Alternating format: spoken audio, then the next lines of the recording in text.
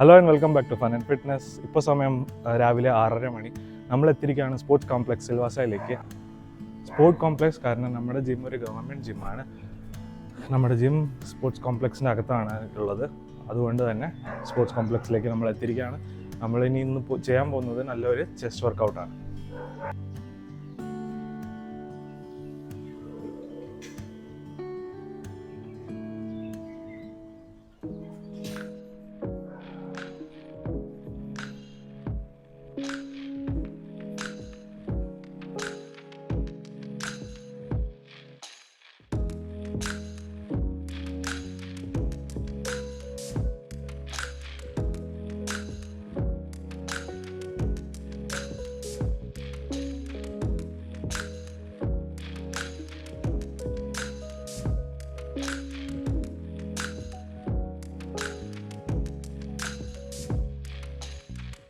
ഇന്നത്തെ വീഡിയോയിൽ സ്പെഷ്യൽ എന്താണെന്ന് ചോദിച്ചാൽ, ഇന്നത്തെ വർക്കൗട്ട് ഞാൻ 2 വർഷം ശേഷം എൻ്റെ ഇഞ്ചറി കഴിഞ്ഞതിന് ശേഷം ആദ്യമായിട്ട് കൊലാബ് ചെയ്തിട്ട് 2 പാർട്ട്നേഴ്സിൻ്റെ കൂടെയാണ് വർക്കൗട്ട് ചെയ്യുന്നത്. 2 പിള്ളേരാണ്, നമ്മുടെ ജിമ്മിൽ വരുന്ന ചെക്കന്മാരാണ്.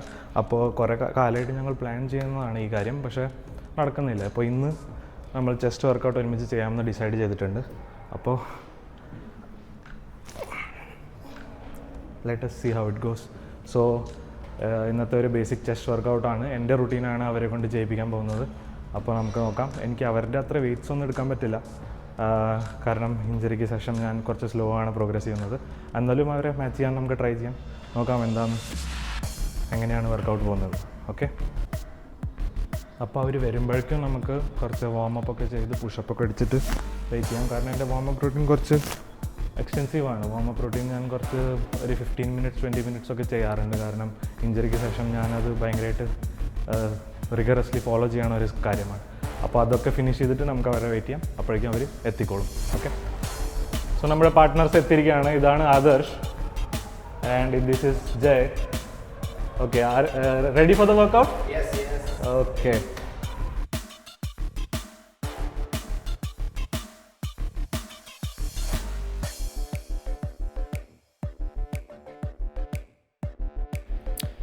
ഞാൻ എൻ്റെ ചെസ്റ്റ് വർക്കൗട്ട് എപ്പോഴും പുഷപ്സ് കൊണ്ടാണ് സ്റ്റാർട്ട് ചെയ്യുന്നത്. ഇത് നമ്മുടെ ചെസ്റ്റിൻ്റെ ബ്ലഡ് ഫ്ലോ കൂട്ടാനും പിന്നെ മാത്രമല്ല നമ്മുടെ ചെസ്റ്റ്, ട്രൈസെപ്സ് ആൻഡ് ഷോൾഡേഴ്സിനെ റെഡി ആക്കാൻ വേണ്ടിയിട്ട് നല്ലൊരു വാമപ്പ് എക്സസൈസ് ആയിട്ടാണ് ഞാൻ കൺസിഡർ ചെയ്യുന്നത്.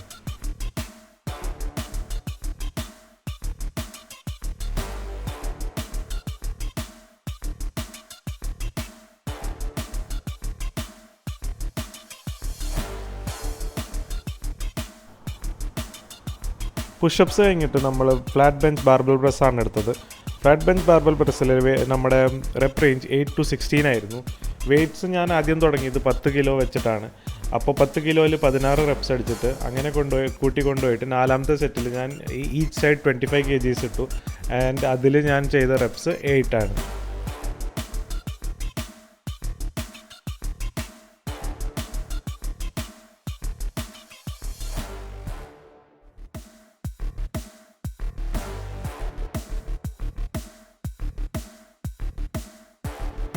ഫോം മെയിൻറ്റെയിൻ ചെയ്യുന്നതും സ്ട്രെങ്ത് ബിൽഡ് ചെയ്യുന്നതുമാണ് നമ്മുടെ എയിം.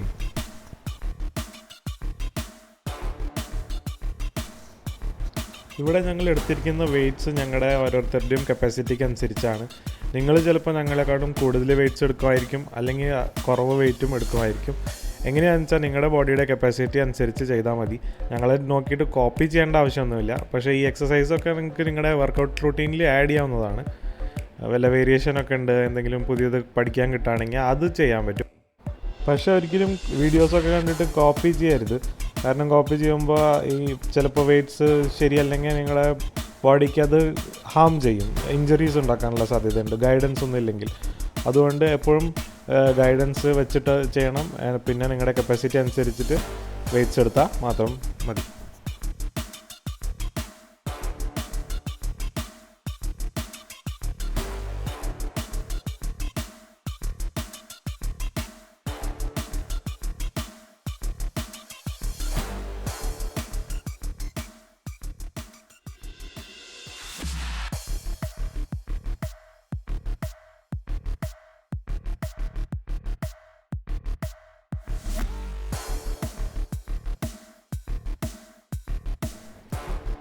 പുഷപ്സും ബാർബെൽ പ്രസ്സും കഴിഞ്ഞിട്ട് നമ്മളെത്തിയത് നമ്മുടെ favourite incline dumbbell പ്രസ്സിലേക്കാണ്.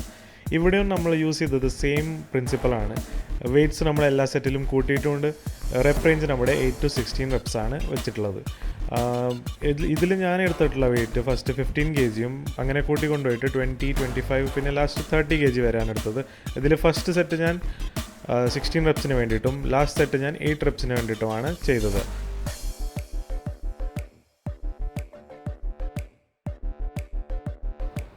Dumbbell പ്രസ്സാണ് favourite part എന്ന് പറയാൻ കാരണം നമുക്കിതിൽ കൂടുതൽ റേഞ്ച് ഓഫ് മോഷനും കിട്ടും, രണ്ട് സൈഡ് ഇൻഡിപെൻഡൻ്റ് ആയിട്ട് മൂവ് ചെയ്യാൻ പറ്റും.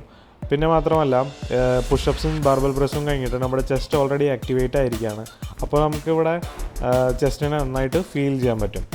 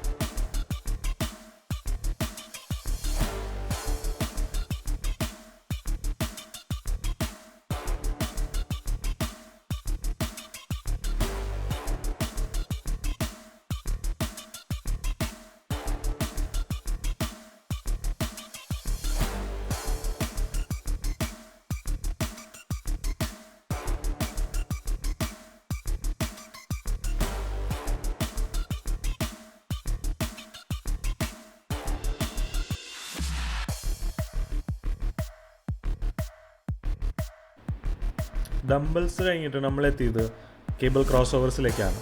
ഇത് മൈൻഡ് മസിൽ കണക്ഷൻ ഡെവലപ്പ് ചെയ്യാനായിട്ട് നല്ലൊരു എക്സസൈസ് ആയിട്ടാണ് എനിക്ക് തോന്നുന്നത്. ഇതിൽ ലൈറ്റ് വെയ്റ്റ്സ് വെച്ച് ചെയ്താലും കൺട്രോൾ റെപ്സ് ആണെങ്കിൽ ചെസ്റ്റിനെ നന്നായി സ്ട്രെച്ചും സ്ക്വീസും ചെയ്താൽ നമുക്ക് നല്ല പമ്പും കിട്ടും, ഇന്നർ ചെസ്റ്റിൽ നല്ല കണക്ഷനും ഫീൽ ചെയ്യും.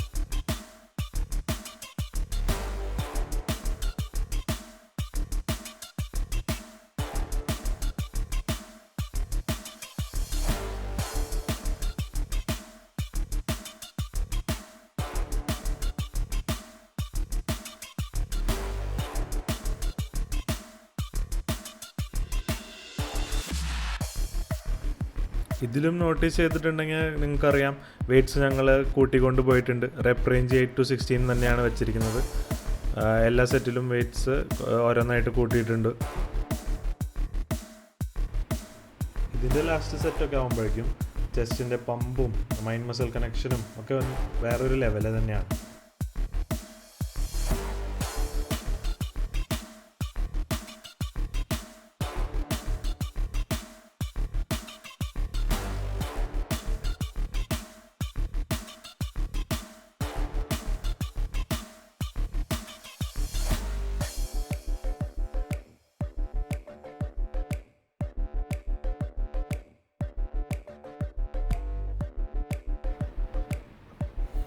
അത് കഴിഞ്ഞിട്ട് നമ്മൾ ചെയ്തത് പെഗ് ഡെക്കാണ്. പെഗ് ഡെക്ക് നമ്മുടെ ഇന്നർ ചെസ്റ്റിനായിട്ട് നല്ലൊരു ഐസൊലേഷൻ എക്സസൈസാണ്.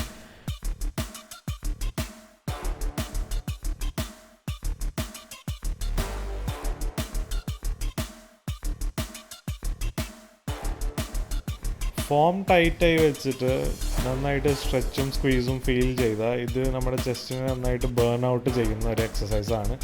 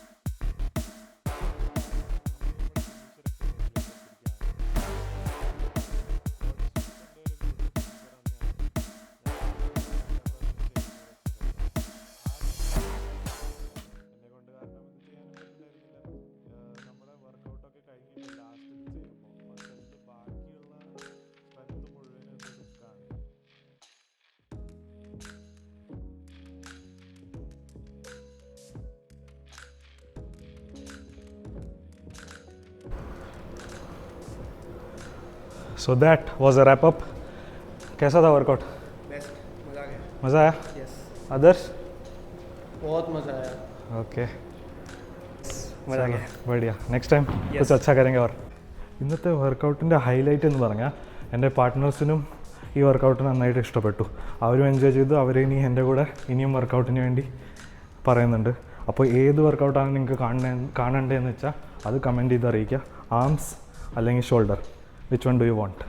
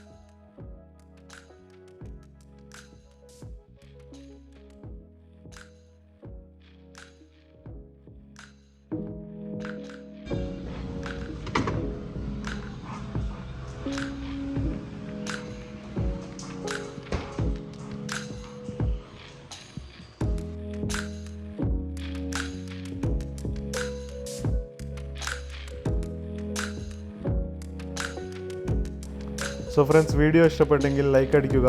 ചാനലിനെ ഇതുവരെ സബ്സ്ക്രൈബ് ചെയ്തിട്ടില്ലെങ്കിൽ സബ്സ്ക്രൈബ് ചെയ്യുക. Thank you for watching. See you in the next video.